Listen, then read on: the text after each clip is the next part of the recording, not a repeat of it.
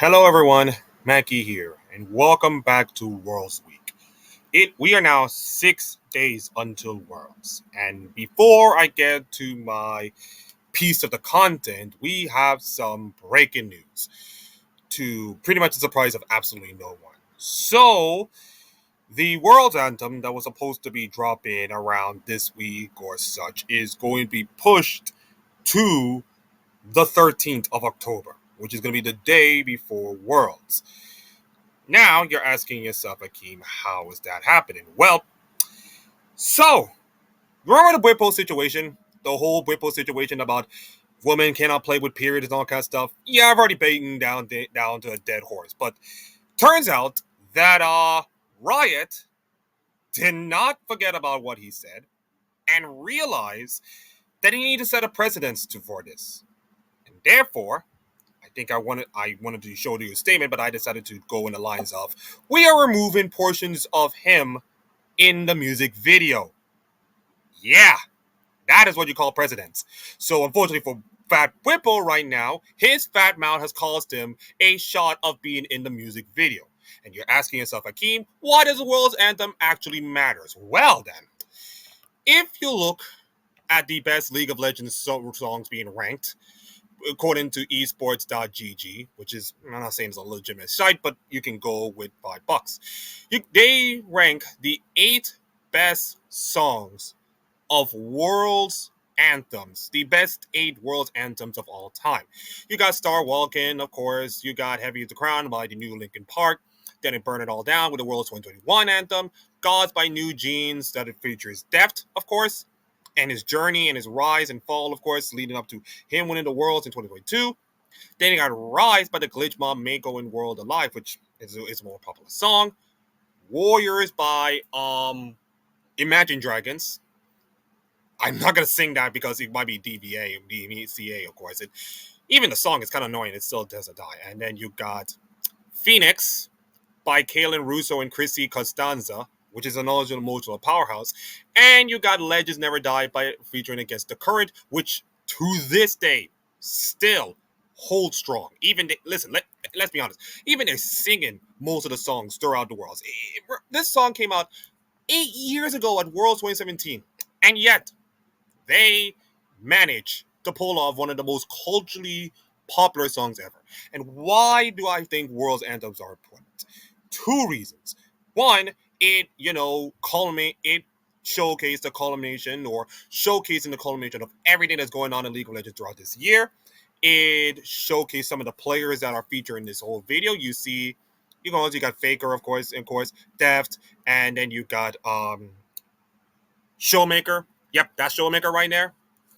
And you got Faker, of course, and you got some of the players, of course, from the song of Star Walking. And when you are in that music video, you are forever immortalized. It doesn't matter if the song kind of tanked, of course, like some of the rest of the songs, of course, but you are getting immortalized in that music video for the rest of your lives, even if League of Legends were to die like tomorrow morning, of course. And the second most important thing is that this is the 15th anniversary of LOL Esports, or the 15th edition of Worlds. And by God, it is a huge deal. It is a huge deal. And with the music video being this big and with all the Easter eggs and all kinds of stuff, they had to make it big. They have to make this entirely big. And unfortunately, Whipple's comments just ruined his legacy, not only for himself, but pretty much like for everyone. Not saying, just saying that he still have a career. He's going to play for FlyQuest at Worlds, so it's not going to be that damaging. And unfortunately, they could just fine him or suspend him for the entire Worlds or all that kind of stuff. But you know what? Let's just remove him from the video. Oh, you were part of the Fnatic team that made it to 2018 Worlds Finals? Oh, you can't be in there, but you can't be in that video. No. You are not going to be in that video. So yeah, his reputation has gone down the drain, even by not fining him or suspending him. Thank you, FlyQuest. They already sent a precedent by Riot to saying that you cannot be in the video, you are screwed, and we're going to edit this down, and it is what it is. I think this is still going to be a pretty good World's Anthem anyways. Now, listen, let's be honest. I'm going to staring at the camera and just saying one thing. Riot Games is not perfect, not even by a long shot. Remember, of course, that this is the same Riot Games that have the lawsuit involving all the multiple women being sexually harassed from like way back then, like a couple of years ago. So if you're thinking that Riot Games did this to trying to like, you know, get some brownie points, let me just tell you something. And none of what you've done is going to make things better for the women that are involved in this and for everybody else. But what you have to do is just realize we cannot make the same mistake twice. Imagine if the whole video goes out with all the public. The entirety of this will be tainted. Will be tainted beyond belief. It will be like worse than Star Walking, worse than Heavy as a Crowd, worse than like Burn It Down. It'll be worse than LOL videos because of this one situation. And it just shows how spineless and gutless Riot Games is when it comes to women in the industry. Consider that there are so many good women in the industry. G-Song, Emily Rand, Shocks, for God's sakes, Lore. These are some powerful women being in the industry. And if that music video comes out, my God, it will send panic waves across the entire League of Legends. Now, you can say that some of the people do not care about this little thing. It's just a music video. It's not going to matter. But the reputation of that music video and the persons that are being there it's much larger. It's much bigger. And it's happening every year, regardless of if that thing will be successful or not. If your face is in that music video, you're forever being immortalized. And unfortunately for Whippo, his reputation has gone down to hell. So much so that his mouth just cost him 3 minutes, probably 4 minutes in a music video that may be immortalized forever. So while he may be playing for FlyQuest and while he still may have a career, I'm gonna say this. If he were to be released by FlyQuest some down the future after all of this, I just don't feel like no Western team is going to pick him up. And I don't think Eastern teams will ever do that. But let's be honest, no Western team can ever pick him up because of the behavior he has done. He's still a great player, but he's more like a forgiven. He's more the forgiven type of League of Legends player. It's like he got the talent, but unfortunately his mouth and his attitude has cost him millions and caused his reputation and personality to go so sour that I don't think no team, well, probably a tier 2 team, of course, but no team in the top tier can ever pick him up. And with that said, him being not in the video is kind of like one more step into the downfall of Whippo. From a personal standpoint, the gaming standpoint is fine, but from a personal standpoint and from a reputation standpoint, it is just downhill from there. So that's my 2 cents about the whole situation. And now, ladies and gentlemen, it is time for us for the main event. As we all know, we are celebrating 15 years of Worlds. We are celebrating all the highs, the lows, the misery, the good times, the bad times. And to immortalize this whole thing, I decided, to list the best Worlds moments and the best World matches of all time. In each season, of course. So I wrote them down, trying to get everything on my head, of course, if I miss anything, you can go down to the comments section and just trying to type in what matches I missed, what moments I missed, of course, and, help me out, of course. So here we go, ladies and gentlemen. We got all the 15 seasons of Worlds and all the matches being taken place right here. Well, okay, I kind of lied. I did not save the rest of them, but I will try to talk about it when it's done. I'm probably gonna type it out, of course. So, Season 1 of Worlds, this is Fnatic winning their first Worlds in Freaks Basement at Ljungabyn. I think I pretty much botched the name, of course. At Ljungabyn in Sweden. The first Worlds tournament that takes place in Sweden, which is pretty much like mostly Europeans, mostly North Americans, and mostly Taiwan, and some Taiwans, of course.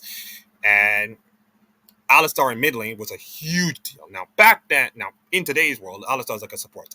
But back then, you could also play AP Alistar, and God rest his soul, Shuei was an absolute beast in that team. It's not just him, of course.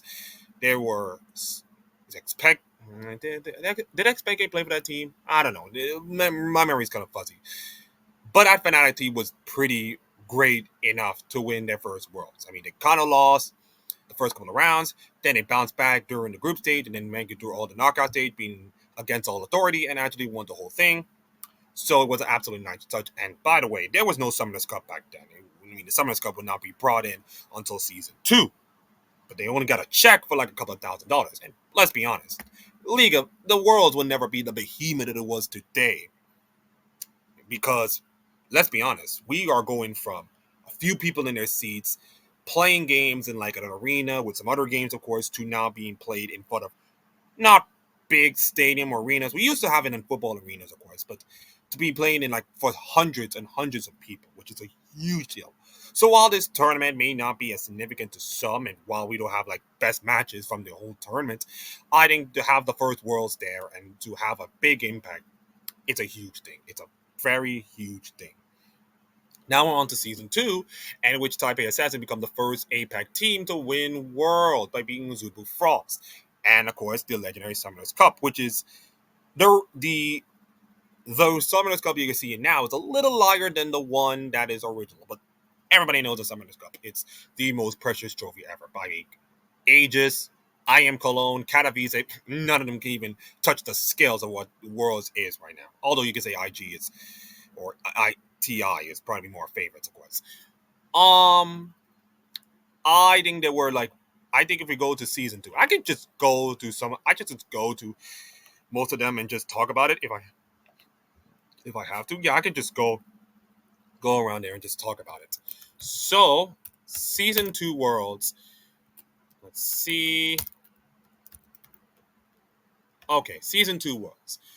And this Worlds was so much chaos. Like you've seen so much rule violations of players looking around the map while the game is still on. People are adjusting their screens and all the monitors, looking up at the venues, of course, and in the case of most of the people, they got issued fines. But let's be honest, the stadium was kind of flawed, of course, when you decided to put the monitor in there, and you got the players, of course, at around the sides, of course. So it almost feels like they gain an advantage, kind of like what Summit is doing right now, watching his VODs. And sadly for him, cost his team the victory, and he lost his spot on the team, and pretty much cost promotion. Although let's be honest, these guys were probably going to promote themselves, but a little inside joke there. But there were so many rule violations that taken place, of course. And of course, the Taipei Assassins beat Azubu Frost, which back then was a really, really good team.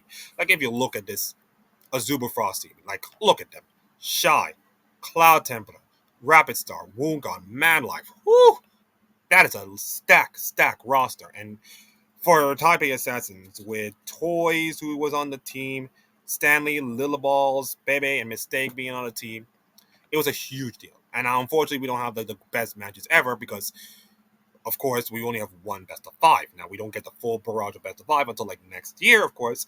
So we don't have like the thrilling matches. I think you can say M5 versus Taipei Assassins was my favorite matchup because Movistar, listen, Moscow 5 was one of the best teams in all the world back then before, the FBI and all that kind of stuff ruined that. But Moscow 5 was a really special team. They were the ones that created all those lanes and dominated them, all this kind of stuff before everybody else. And, you got the plucky underdogs, the Taipei Assassins, and you got the dominant Movi M5. I'll just put them as my favorite. I'll put them as my second favorite. I'll just put them as my second match. Moscow 5 versus Taipei Assassins. That's my second favorite matchup of the entire Season 2 tournament. Now, Season 3 was when Faker won his first Worlds, the rookie Faker, not the God tier Faker, not yet.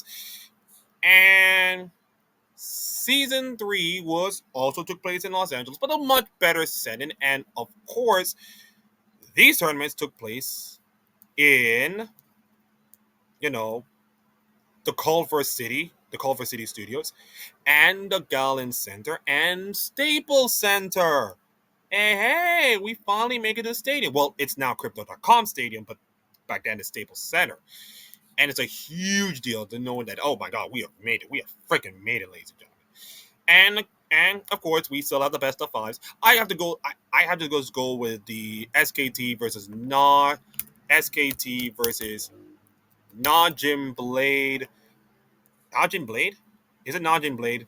I'm just trying to make sure I got the name right. Yeah, Najin Black Sword. Najin Black Sword. Thank you. Yeah, there you go.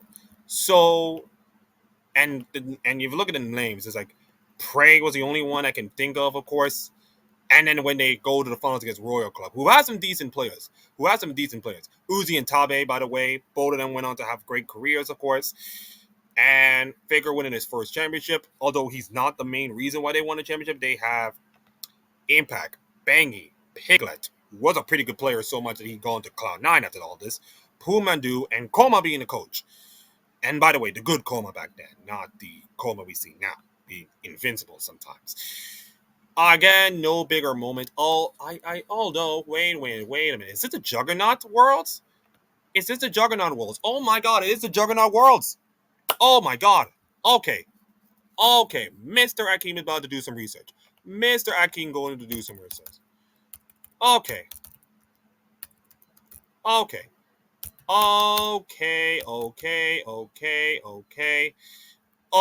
So for anybody who don't know, the Juggernaut patch was a huge deal.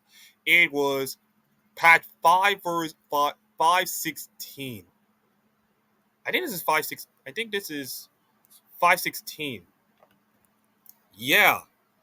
Remember, this is 2013. So let me just see if I get it right. Let me see if it's 2013. No, it's 2015. No, it's 2013. I think this is where Balls get the pentakill with Darius back in 2015. I want to see. I want to do my research. I want to do my research. Let me just see. Oh, it was 2015. Okay. So wrong. I missed it by 2 years. So forget it. We'll come back to that later on in 2015. But Faker winning Worlds first time, pretty much starting the SKT domination as we all know today. And that's pretty much it. Although we get to at least see a nice NA versus EU rivalry between Cloud9 and Fnatic. That's something else. All right, 2014. This is where Alliance get absolutely kaboomed and Fnatic neared backdoor win versus OMG. Now, Season 2 have the CLG Prime versus SK Gaming. Why do I have to mention that? Because it was the Expect A backdoor before the Expect A backdoor. Now, Expect A backdoor back in IEM Katowice was famous, incredible, and of course it was against SK Gaming. So SK Gaming got backdoor twice. Oh man, Ocelot, it should never cease to amaze me. Get wrecked. Anyways, Fnatic trying to do that. Fnatic already did the backdoor, the famous backdoor, and I was thinking to myself, okay, they might do it again. They might pull another backdoor against OMG, and sadly failed, causing them to lose that matchup. The Alliance versus Kaboom matchup, I wanted to talk about it. Alliance were going in as pretty much the darling favorites to win, not saying win Worlds, but pretty much the favorites to get the quarterfinals, get a lucky draw, and maybe go through.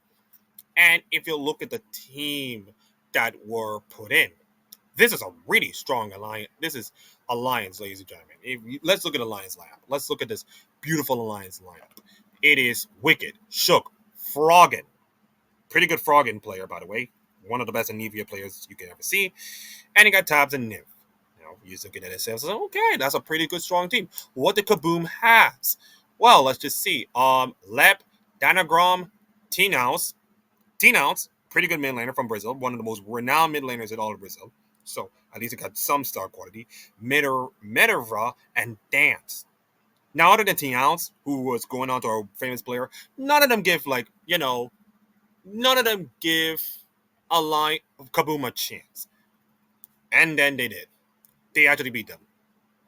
And if you look at the whole standings, yes, they beat Kaboom. They were 2-1, and then they won 2 straight wins against Cloud9 and non-Gibberish. And all they have to do to be in the quarterfinals is to beat Kaboom, and they got Kaboom themselves. And it was embarrassing. It was probably the biggest embarrassment for a team and for a region ever, losing to a Brazilian team, which hurts now than it was back then.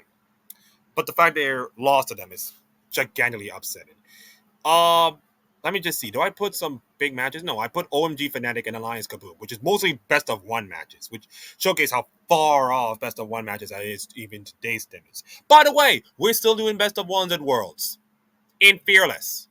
Marvelous job, right, on formatting. Anyways, you got Samsung White and Samsung Blue facing each other, and Samsung White creamed Samsung Blue, which, let's be honest, if you look at Samsung Blue's lineup, You got Acorn, Spirit, Dade, Deft. We'll get to him later. Heart in the lineup. And everybody was thinking, okay, Samsung Blue was way better than the assisted team. What does Samsung White has? Looper, Dade, Pawn, Imp, and Mata. Right. Okay. That's just Mata's fine, but nothing too much. And unfortunately for them, they got absolutely clapped by them. 3-0, not even close. And then they beat Starhorn Royal 3-1 in the finals, and pretty much not even close to give Samsung White their first title ever. Like, I know. Look, I mean, just look at the players. Just look at the players they've won.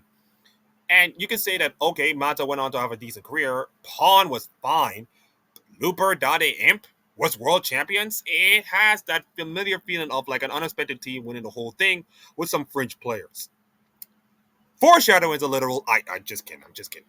Moving on to 2015. Yes, we're gonna talk about the Juggernaut patch. Now, I don't want to read that whole patch notes. That will take me like 50 million years. Okay. Okay. Let me just see. Okay, how about we'll just read it off. Read it off. So this was 20. So remember, this whole thing happens in 2015. And by the way, it says that, you know, they now the Juggernauts has said that Narcissus, Darius, Garner, Skarner. When you think brute first, these champions should come to mind. Powerful, durable, immobile, and melee. They're league's hulky titans who come late game, turn into super tanky carries who pretty much destroy anyone foolish enough to get in their way. The prototypical Juggernaut is Nastus, the classic one dog late game wrecking machine. The archetypical raid boss can only do his thing when he's in melee range, and his lack of gap closer means he often has to rely on allied speed boosts like Sivir on the Hunt, which is our R, or the well-aimed crowd control like a Morgana binding to get close, which is kind of like her W. But once he does, he unleashes the power of his trademark Savage Strike. Now, this balance of power and peelability helps keep tanky melee carries in a good state and leads to distinct play styles that belong to each champion. What we did with this update was we took a look at some of the juggernauts occupy the same tactical space as Gnosis, we think, for a few sets, and added a few more uniqueness we could. And they buffed Darius to make it blood rain with his new, of course, blood wage, and hemorrhaging, of course, which is big.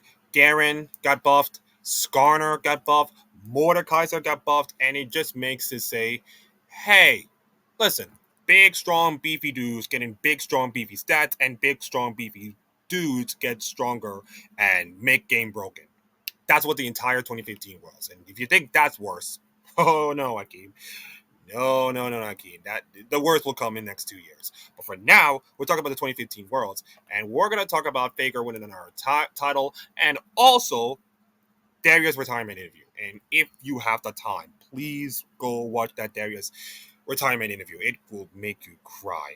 And Origin, coming from challengers in the EULCS, to be promoted into the team, to make it to Worlds and make it to the quarter semifinals. Well, if you want to call Cinderella run a run that involves, let's just see, overcoming LGD and TSM and beating Flashworks, who back then was a really good team, beating all the Koreans. They were known as the Korean Killers, by the way. And yeah, the fact you actually made semifinals was pretty embarrassing, but you get clapped by SKT, so what are you going to do? And of course, we get the Balls pentakill in that game, of course. Probably much my favorite moment. You got Flash Wolves over, Flash Wolves and Cold Tigers coming through. AHQ topping Cloud9? Like, what the hell? I'm sorry, Cloud9, but sneaky? Balls high? You got all those players and can't even make it past quarterfinals. And you lost to an AHQ team that has Westdoor, Alpes, and then Ziv and Mountain. Jesus Christ, Cloud9. That's disgusting. Absolutely disgusting. You reek. Jesus Christ, get out of my sight. Just get out of my sight. Anyways, the best of 5 matches doesn't mean much. We got some 3-0s, 3-1s, nothing too exciting, and SKT just brush off code like it's code, like it's just absolutely nothing. So I don't have like best matches in all my cases.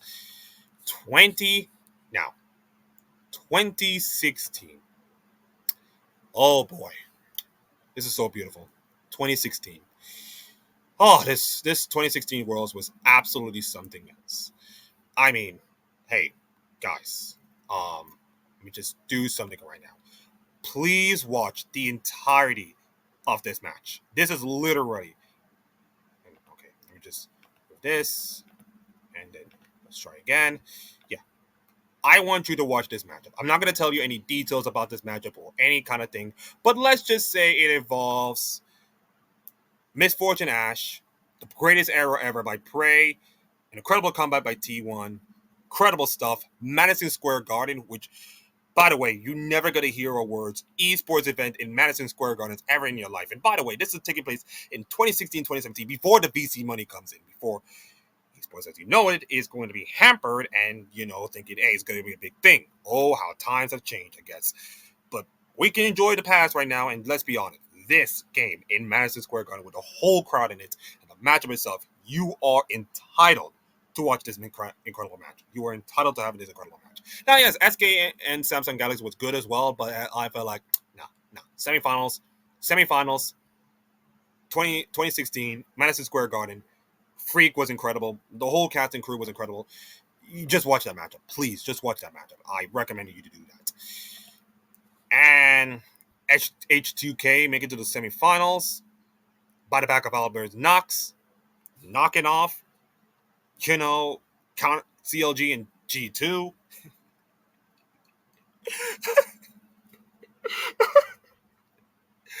Oh my god, G2 and CLG. How? How? Like, I get G2 have been. Listen, I get G2 made it to Worlds in their first time. I mean, Trick, Perks, Ven, Minty, they're not like the same dominant team as they was today.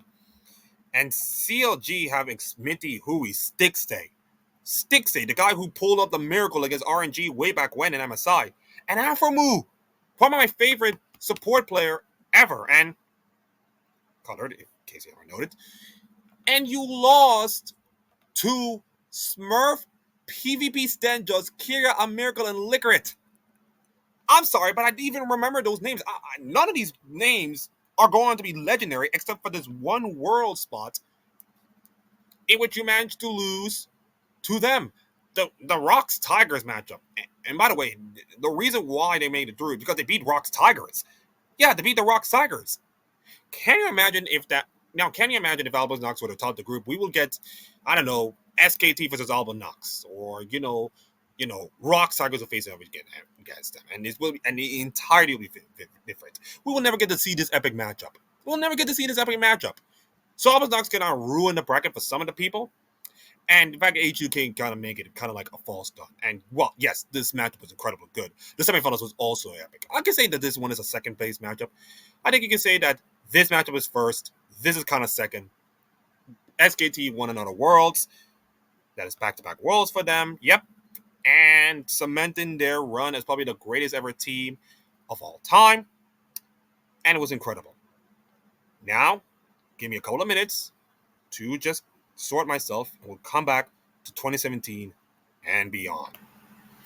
Okay, I'm back, and my camera has not freezed yet. So as long as we keep that going, I think we're going to be fine. I'm foreshadowing myself. So let's move on. 2017. Now, I mentioned we got the greatest ever world song of all time. And trust me, 2017 have everything you wanted from this world. I got the Faker Shockwave against EDG, the Faker Shockwave, Find Them All from Captain Flowers Call. I got the Fnatic 04 comeback from groups. And the fact they actually make it past Immortals and GAM, it's like a sad feeling if you're Immortals right now, especially now that your team is no longer in the league. Marvelous. Misfits nearly being SKT, I put them as my best matchup of the entire tournament. The fact that Misfits nearly done it was incredible, of course. The Dancing Shelly, that was from the Longzhu Gaming, when their perfect game in that series. I think, let me just see. I think we, let's see. And why do I have to mention this? Because consider the circumstances right now with Grubs and Otacons and Elder Dragon and the whole thing. Perfect games are kind of like non-existent anymore. Just doesn't exist. And even Dance and River Hills don't exist as much. So these are rare times, man. These are really rare times, of course. So let me just see if I can find a matchup. I believe, yeah, it was against Immortals. I think it was Immortals. Yeah, it was Immortals the first game, and it was a Dance and Rift Herald and Ardent Sensor. Oh boy, Ardent Sensor, man. The oh my goodness gracious. Okay, all right. I don't know if I have time to do this, but I have to mention this. I have to mention this. This was the most painfully, literally the most painfully item buff in the history of worlds. Like I don't have to read this whole thing. Just look at this. It it said attack speed and health drain buffs now scale with target melee, which means it's 20 to 35 based on the target's level, and health drain is 20 to 35 based on the target's level. Now you're thinking to yourself, okay, that doesn't mean much. It means that if you're a support, that means your Janna or anybody else back then, this little item is going to buff some champions up in ADC. And as you all know, one of the players from Longjin Gaming was Khan, one of the best top laners ever. And unfortunately, this item means that they're going to play bot lane. And while this was working for Longzhu throughout the entire worlds, it kicked them in the ass in the quarterfinals against Samsung Galaxy, who went on to win the whole thing. Yeah, that little item just really ruins Khan's legacy. Just really hurts you. So thank you, Riot, for ruining Khan's legacy, I guess. You're just gonna see him in Hall of Fame, I guess.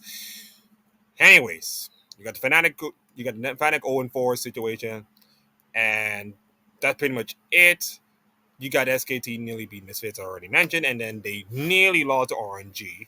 In fact, SKT or T1 have never lost to RNG in most of their matches, including knockout stages. It's so weird. So weird. How did RNG can never beat SKT when it matters?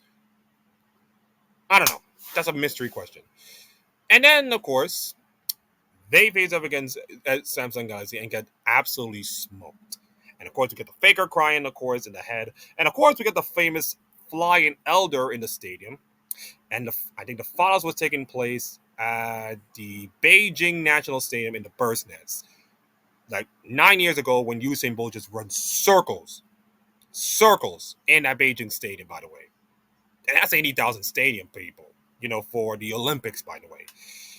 And we got to see the Elder Dragon flight and the CGI Elder Dragon, of course. And I think this is where KDA shows up. This is like the early version of KDA, I guess.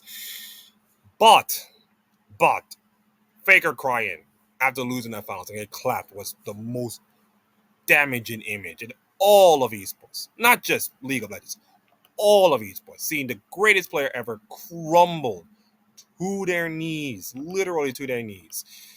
And it's just showcased how great he is, but also as human as he is.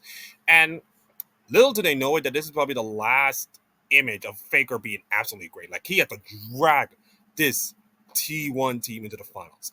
Like look at the EDG one. I mean, the second EDG matchup was like the Faker one was incredible, and then the Misfits game they were down 2-1 against them, and they dragged them through, and then they were kind of down against SKT. He played mostly Galio, of course, in some of the times, and he dragged them through, and he just cannot do it against Samsung. He just cannot, and that goes to show you how great he is, but also how flawed as he is. So the fact that Samsung Galaxy won with Ruler and Core JJ, two notable players that went on to have great careers, of course. And that was that. That was that for 2017. Now 2018 Worlds. This is the two biggest heartbreaks if you're a Western fan. I think we all know what the second heartbreak is. But the first heartbreak was the fact that all three Western teams make it to quarterfinals and did not even win the whole goddamn thing. Yeah. And let's be honest, that was the worst year in Korean League of Legends history. Like, let's just break it down all by one. You got Genji, who has the same squad that won the whole championship and got bottom out. Like, Jesus Christ. How do you lose the Vitality? How the frick do you lose the Vitality? Twice! You lose the Vitality twice! And Cloud9 to add different manager, of course. You got the famous Yamato Cannon speech, which, by the way, he was a former team, and you just told him to play your own style and all kinds of stuff. Pretty much incredible speech, better than, I think you could put him up there with Darius' retirement speech. And, Genji eliminated. and then into the knockout stage, and it produced one of my favorite matches of all time. And it has the greatest base race ever with Captain Flowers calling it, and of course Kobe and Papa Smitty. Shout out Papa Smitty. And casting that game, it was incredible. And it's not just the base race alone; it was the entire city was incredible because. And the importance of that series is important because if you look at the bracket, this matchup determined who won Worlds. Like, little did they know it, that matchup determined who won Worlds. Because Cloud9 beat the Freak of Freaks with Licorice's famous Baron Steel, of course, in Game 3 with Orin. Rookie Licorice stealing Baron with Orin. Incredible stuff. Madness. And then Freak of Freaks just crumbled with Keen in top lane. Keen in top lane. Losing to Cloud9 of all teams. And then Fnatic beat EDG, whatever, of course. And then G2, 3-2 in RNG. And RNG was on a tear that year. Winning spring, MSI, Uzi's only international title, by the way. Winning summer, Golden Rolling, which, by the way, if you look at right now, it's harder to do with First Stand and all these. You know, it's really hard to do right now. But they were on the Golden Road path. And they're facing a plucky G2 team that has not even established themselves as a name yet. Like, they have, 3/5 of the super team that will go on to do bigger stuff the following year. But this was a G2 team that had no chance. And in Perk's Game 5, pull a LeBlanc and do some incredible, disgusting stuff to Uzi and the entire RNG team. And that was when Perk's legendary status grew most of the time. And if you can say that this is where G2 got their wings, of course, throughout International League, this is why. This is the game that done it. This is the series that does it. And yeah, unfortunately for G2, they lost to IG, but they make semifinals, which is kind of like, incredible in most cases. And then Fnatic dump North America again. And then we get to the finals that I already mentioned about. Fnatic facing off against IG, and it was not even close. Like, the Shy, who was the most controversial player, got benched throughout the entire Worlds. And then came back and win. It was mostly Jackie Love. And, they won the whole Worlds. Fnatic was upset, makes many of Europe upset, but let's be honest. If Fnatic won Worlds that year, will we ever get these beautiful skins that, by the way, is going to get chroma by Riot? Will we ever get these beautiful skins? If Fnatic would have won Worlds, will we ever get these beautiful skins? Probably the most famous skins in all of League of Legends, with Kaiser IG, of course. Will we ever get it if Fnatic would have won? I mean, we would, but hey, sliding doors moment, guys. Sliding doors moment. So let me just see if I can write it down. Yes, 3 Western teams in the finals, like Great Baron Steel, Perks in Game 5. IG becoming the first ever team to win it. The crownless are finally kings, as Captain Flowers said. Yamato Speed, Genji Crash Out, KT, IG base rates. Okay, we got that covered. 2019. All right. This is where my first love of League of Legends comes from, and my very first heartbreak as a Western fan. The only time I remember, of course, when I woke up and seeing G2 get absolutely clapped by FPX. Yes, you lost to FPX. And by the way, to make matters worse, just like Fnatic in VCT Champions, you lost in the same arena as G2 lost in FPX at the Accor Arena. Like, Jesus Christ, Europe, can you just find a different arena that Europe cannot lose? That's twice. Jesus Christ, you never see the end of it. Oh my goodness. Anyways, we got the play-in stage, of course. Nobody want to talk about it. The young Damwon Gaming team, which goes on to like bigger, better things. But this was a really young Damwon team. We do not want to talk about that. It's too much sauce for me. Griffin? Now, Griffin. Old Griffin. I will tell you 10 minutes, of course, about Griffin, or an hour about Griffin. But long story short, Griffin was a pretty good team with some young players that went on to incredible stuff like your Chovies. Can I find a lineup? Can I please find a lineup of this team? They don't have the lineup of this team. Fantastic. Actually, I can just show you the lineup from the main event. Okay, let me just show you the Griffin lineup to show how goated that Griffin team was. Let me just see. Let me just see. Okay, let me just show you how really loaded this Griffin team was. Sword, Tarzan, Chovy, Viper, Lehans. Goddamn. God freaking damn, man. Have this team would have kept together, they would have run circles in this region. They would have run circles in international events. But unfortunately, CV Mac, let's just say, kind of treated this young player like trash in contract terms, and the whole team bombed out. They were out of LCK, and with the whole franchising thing pretty much dead to rights, or pretty much dead on arrival, and pretty much dead permanently. So we never get to see this incredible Griffin team taking, pun intended, flight. But man, that 2019 team was special. Absolutely special.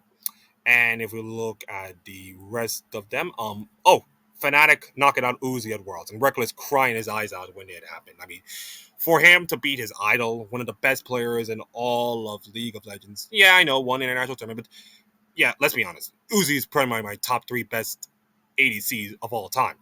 Not even close. And your favorite player is favorite player. And I like him. You know, he has a great career. Fortunately, financial troubles hurts him, but it is what it is. And for him to get knocked out by Fnatic in front of his home fans is incredible. The fact that, 3 teams from EU make it out of the groups in the year that they hosted it was huge, huge. And then in the court, and then in the knockout stage, oh boy, we don't have like the big 5-game series. We got the IG Griffin matchup, which was one of my favorite matchups. I put them up there. Viper get a pentakill. Was it Viper get a pentakill? Yeah, it was Viper with the Zaya pentakill on Viper. That was huge. It was an incredible moment, of course. Probably the only pentakill we find in its entire time. But it was a cool matchup. And then you got SKT losing to G2. I remember this so clearly. It was Draco's cast in that game. And then it was Yasuo coming right in. It was Perks Yasuo coming in from spotted and just go right in. Just go straight right in. Yasagi, almost every single one of T1. And I think I remember Draco's call. This is it. The greatest team in all of League of Legends. Taken down by the greatest team Europe has ever produced. Get ready, Paris. G2 are heading to finals. And they allowed the crowd to go mental after that.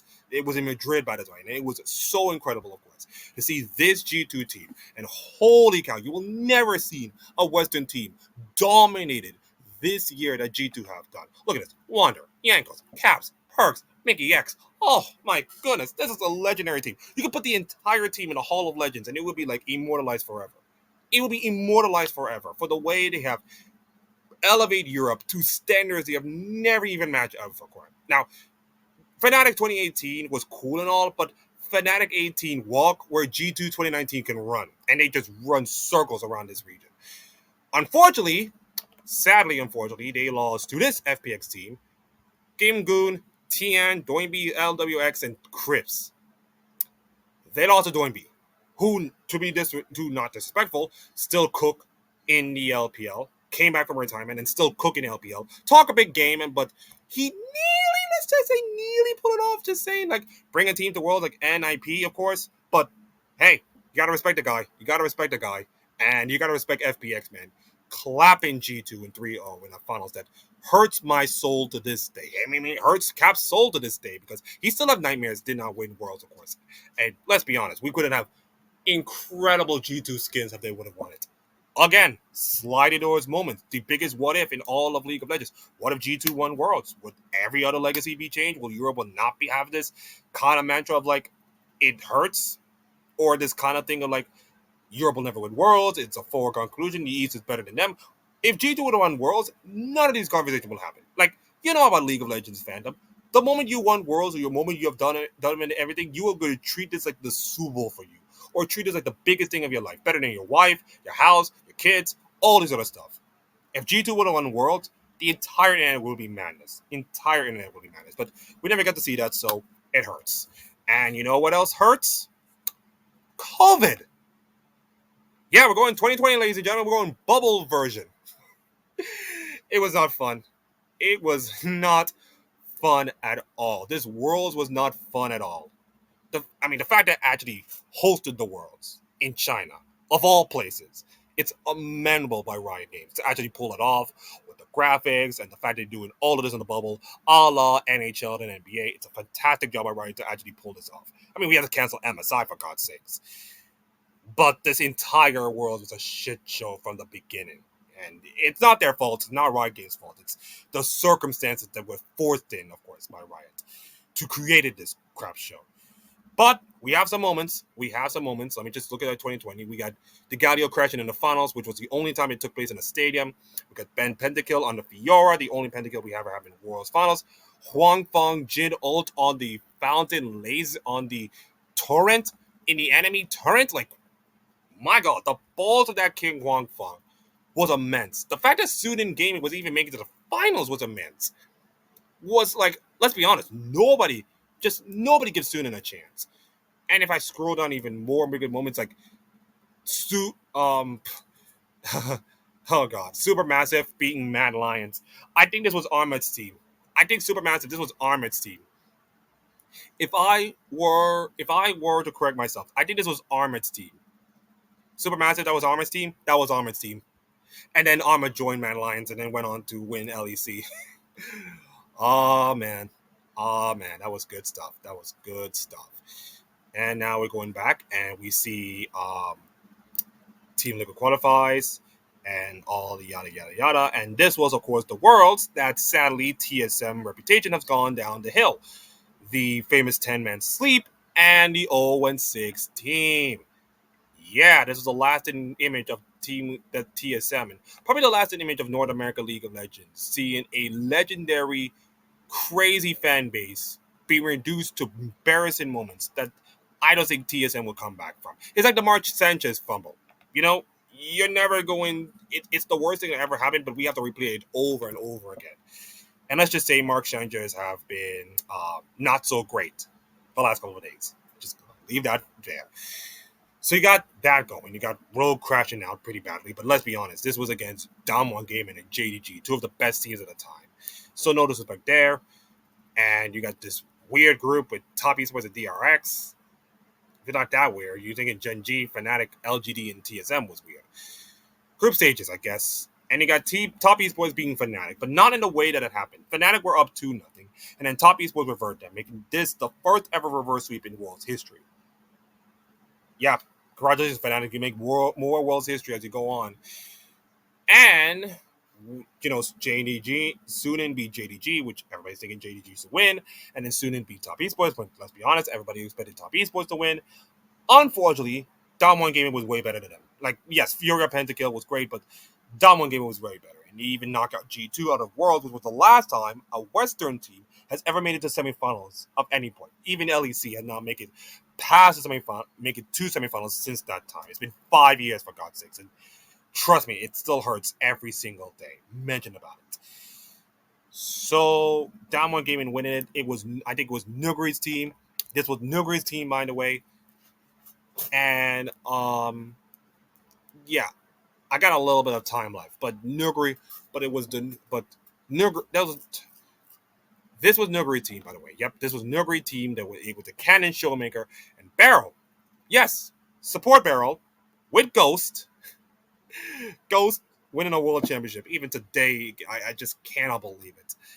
But you got the Cannon Showmaker show, so it was dominant. Nuguri was absolutely great. So I think the Samuel Kia team, who were rising up throughout the levels and won LCK tunnels, a couple of more, just won the whole thing. And then they changed to D plus Kia and are D plus at best.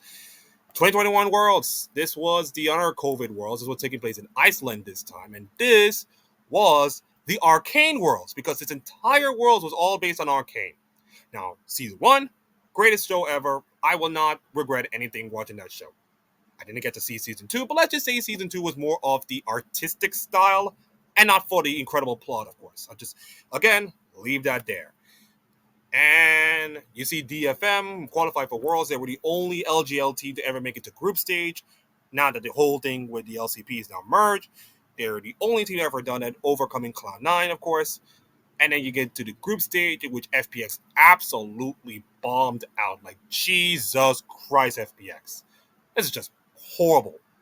Absolutely horrible from your standards. Like, I'm sorry, man.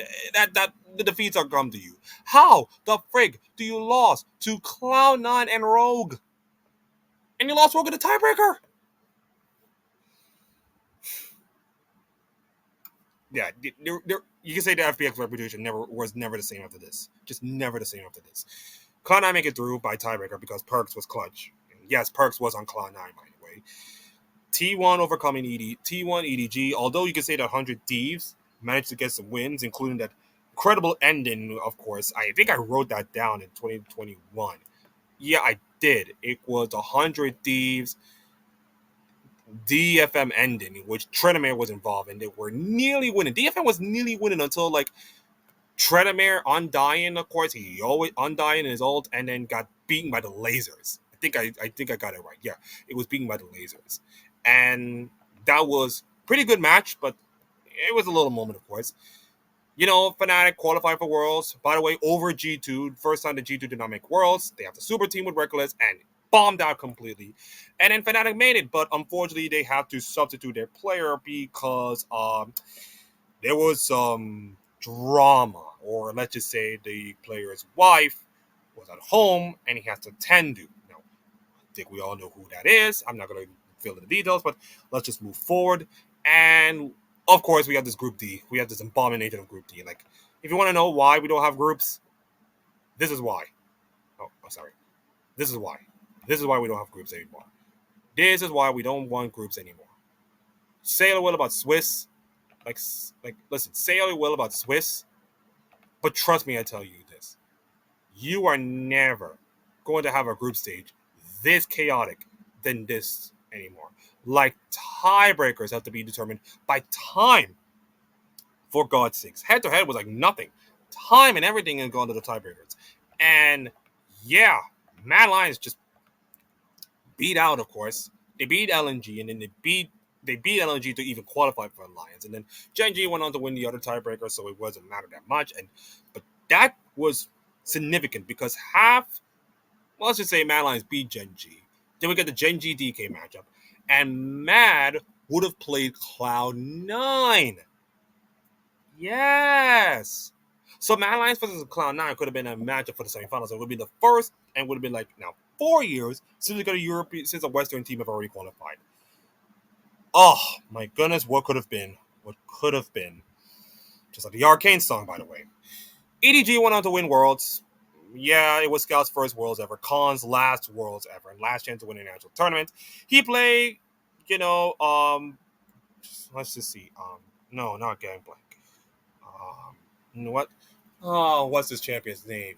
I think he started off playing with his champion, of course. Let me just see if I can remember. Gargus? I'll just pause the video a minute and just tell you, of course. T1 versus DK was also a great Pennsylvania matchup, of course. EDG and Gen G. The fact they actually won Game 5 to the Game 5 to the Game 5. Probably the only team that ever done winning every single 5-game series throughout the entire world. It was amazing to themselves. I'll figure out the champion's name and just give me a second. Just give me a second. It was Graves. I just remember right now. It was freaking Graves. He played Graves top lane, game 5, con, and just it was fine. And then it was kind of snowball from here. No regrets for him. He's a decent, honest guy, pretty much the most wholesome guy ever. But it just deep down inside, it feels like if honest sense it never exists, he would have won. Have some other things would have happened, he would have won. And maybe he should have been a little more passive in his last game. He could have won Worlds, but that's not Khan. That's not Khan. That's not who he is. He's just going to ride or die his aggressive style till the end. And he did, and unfortunately, EDG won. And Scout won Worlds. JJ won Worlds. Mako won Worlds. It was a huge thing. We got the Arcane ceremony and all kind of jazz. And thankfully, the last time we get to see in a COVID bubble. For now. Because 2022 was my favorite Worlds ever. Because I get to watch all the matches. I get to literally watch all the matches at Worlds. And listen. I will finish it off with Worlds 2022, and I will do another recording and pretty much paste all these two up, and then talk about 2023, 2024. But I will talk 2022 because this is my favorite Worlds, and it took place. And are you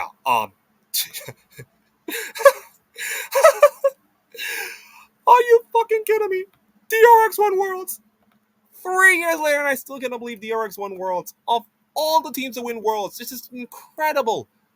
This is incredible. Now, now, there was a lot of stuff. You got evil geniuses going to Worlds with a substitute bot laner. I'm not going to tell you into details, of course.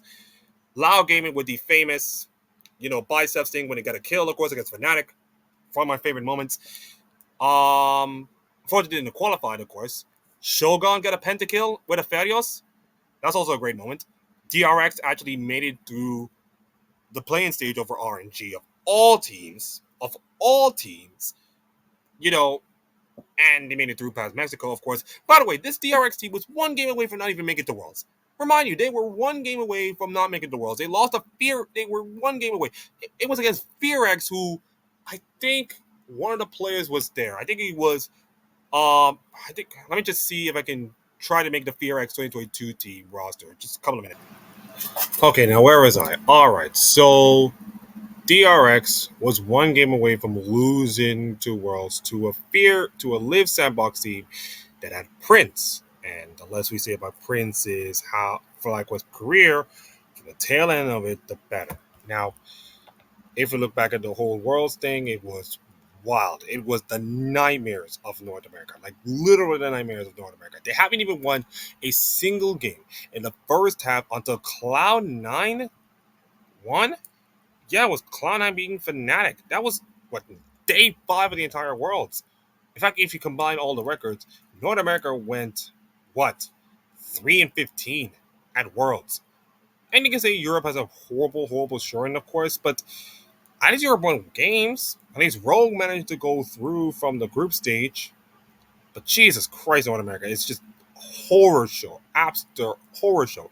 Like you say, evil geniuses have a reason for it, but Jesus, Cloud9, 100 Thieves, like losing to CTBC Fly Noise are just inexcusable, just absolutely inexcusable. And of course, we got the Top Esports GAM matchup that have the famous bug in which Top Esports was about to win. Then Carter's ult happened. It was supposed to be a bug that was supposed to be stopping that. Unfortunately, it didn't happen. And then, GAM Esports make an incredible comeback. Top Esports was eliminated to the shocker of everybody. And then we get to the knockout stages. And holy cow, it was something else. Genji DK is my favorite. It is my favorite. The Ruler 4K to finish the game was incredible. DRX versus EDG. And if I were to quickly talk about details before all the time per minute, I would say this. It was EDG was up 2-0. DRX was about to win the game. Deft with Israel trying to go in through, and then they were about to win the game until they never response, and it was just cruel by Deft. Absolutely cruel by Deft for that to happen. Now you think a DRX would just roll over and just die by EDG, but nope, they did not. They won game 3, 4, and then went on to reverse sweep the series on PO16 and the Ocean Drake, and then go absolutely ham, and then they won a ball lane, and that's it. DRX became the first ever team to overcome the champions of League by reverse sweep. That is incredible. And the interview afterwards was so incredible because, by the way, that took place on his birthday, mind you. And he was emotionally wrecked after that one. I recommend you watch the interview. It was incredible stuff by Shocks. And then in the semifinals, of course, they faced against Gen G, the team that, Gen G make DRX their dog throughout the entire year. And DRX beat them. Like, absolutely wrecked them. And then T1 beat JDG, which at the time, JDG was like the world beaters, of course. They won everything. They won MSI, the first iteration of the double elimination MSI, and they won it. And in the grand finals, it was absolute cinema. The absolutes of cinema with the Faker Deft storyline with both of them in the same high schools, both of them started at the same time, and then the entire series was chaos, especially in the last game was absolutely chaos. And the fact that DRX actually won it with like Piyoshik, Deft, Barrel, like my God, even 3 years later, I just cannot believe it. Now, unfortunately for me, I think I have a little bit of time, of course, because I have a limited of an hour, so I decided to just stop this thing, and then I'll come back for 2024 and 2023, 2024 edition. So